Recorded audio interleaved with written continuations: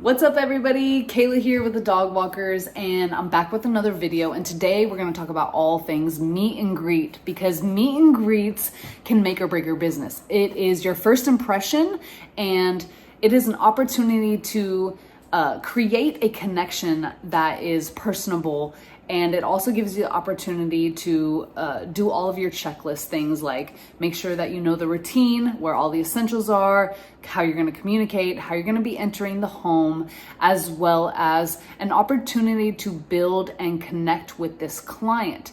So you want to turn this client not only into a one-time use, but a loyal, repeating client over and over again. And so let's go ahead and get into the things that I think are absolutely necessary when it comes down to your meet and greets.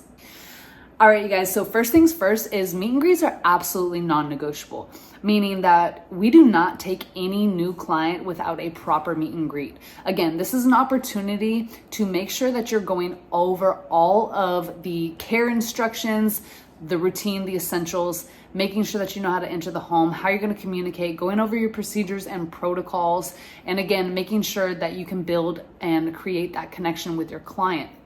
Now, when you go ahead and schedule a meet and greet, you want to make sure that you show up friendly and professional. So it's a mix of being very personable and professional. And I get it. Meet and greets can be very nerve-wracking, especially when you're first starting, because walking into a stranger's home, talking to a stranger, and hoping that they're going to become your client and continue to use you can be a very nervous thing. So when you walk in there, you want to make sure that you're as relaxed and professional and personable as you possibly can.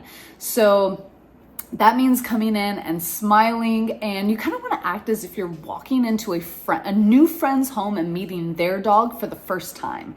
One thing that I really love to do that helps break the ice and build rapport with the client is find something that I have in common. So as I'm walking through their house, as I'm talking to them, I am noticing little things around their house. Maybe I noticed that they took a trip to Hawaii. I love Hawaii, so I'm gonna bring that up. Or maybe they have a piece of artwork that I think is incredibly beautiful and intriguing, and I love art. Or maybe they have a bunch of indoor plants, and I'm also a plant mom. So find things that you have in common with the client so that you can break the ice and build rapport and have a more casual conversation. Now, obviously it is about the dog, so you want to make sure that you don't forget your checklist when you get there, and have a mental checklist. If you can't have a mental checklist and you need to write it down, that's totally fine. Taking notes is great. Clients love that you take notes because it shows that you care, that you're paying attention to detail, and that you want to make sure that you get everything right. I also recommend making sure that your clients actually write down the care instructions themselves personally for you, whether that's email, text, or whatever platform you're using. That way they can reiterate the directions and the expectations for you, and that you don't miss anything. So because when it comes from them rather than when it comes from you, they're the ones who wrote it all out for you, so you can reference that versus just your memory as you're writing it down.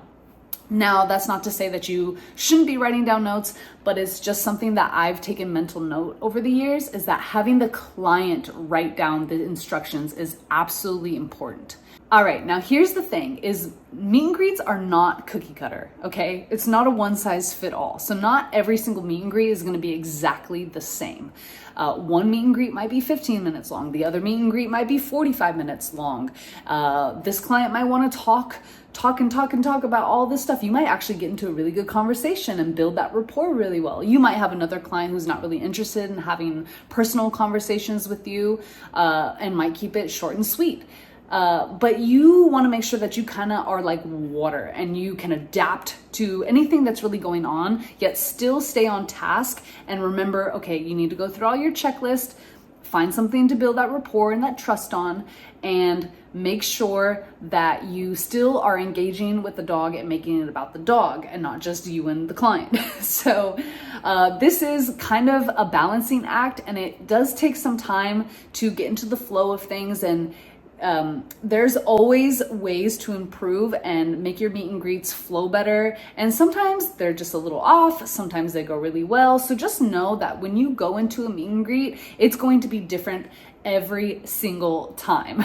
And talking about the bases, let's make sure that we go through this mental checklist of everything that we need to know in order to render the services, perform the services, and the best quality care that we possibly can to our client and their pets. Now, again, that's going to vary from service to service that you perform and from client to client. All right, so here is my personal checklist when it comes down to my meet and greets. First one is the pet's routine. What's the feeding schedule like? What's the walk and route look like? And is there any medications or special things that I need to be putting in the food or administer to the pet? All right, so the next one is, where are all these essential key items that I'm going to be needing during these visits or walks? And that's going to be things like the leash, the harness, the poop bags. And I always carry those things on me, but again, you need to know where those things are, as well as toys, treats, cleaning supplies in case there's an accident, and even towels to make sure that you can dry the dog off if it's raining outside. All right, so the next one is going to be handling emergency protocols. Now, every client is going to be different with how they want you to handle emergencies. However, this is something that you need to be very clear on in case there is an emergency. So making sure that you establish that understanding, having vet information, having authorization to go to an emergency vet if needed, and having extra emergency contacts, whether that be a neighbor or a relative that you can get a hold of that they trust. All right, so the next one is going to be communication. You want to go over how you're going to be communicating with the client while you're performing the services, as well as how to book services in the future. You want to go over, are you going to be sending updates and how often and what kind of updates? Where are you going to be sending them? Now, I typically have my own protocol on how I update all of my clients, and I go over that with my clients. I'll say something like, hey, how we operate is we're going to go ahead and send you a text message when we arrive, letting you know that we're here. We're going to go ahead and send several updates, maybe pictures, videos, and text, and then we're going to let you know a summary of how the visit went. We're going to be doing this every single visit, so just so that you have peace of mind. And if there's any other way that you would like for me to communicate, please let me know now so that we can go ahead and do that moving forward. And sometimes the clients will say, you don't need to update me every single visit you come by, if they're having you come by 3-4 times a day, if that's the service you're performing.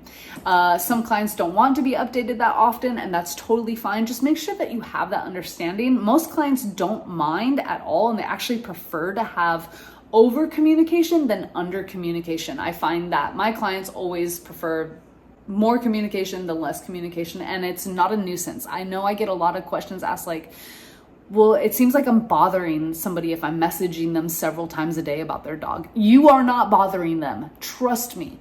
Clients want to know about everything about their dogs, what their dog is doing, what they're up to. And the more that you communicate and you keep them in the loop, the more trust that you're going to build with your client. All right, you guys, so let's wrap this up. Meet and greets are the foundation to building your clientele. They are absolutely non-negotiable. So it's not a one-size-fits-all. You want to make sure that you can adapt and kind of flow like water through these meet and greets. Make sure that you build rapport, make sure that you go over your checklist, and make sure that you make your policies, your procedures absolutely clear, as well as your expectations between you and the client. If you do all this, I guarantee you, you're going to be leaving there happy with a happy new client and a happy new dog. All right, you guys, if this was helpful, please comment, subscribe, and like this video. It helps the channel out a lot.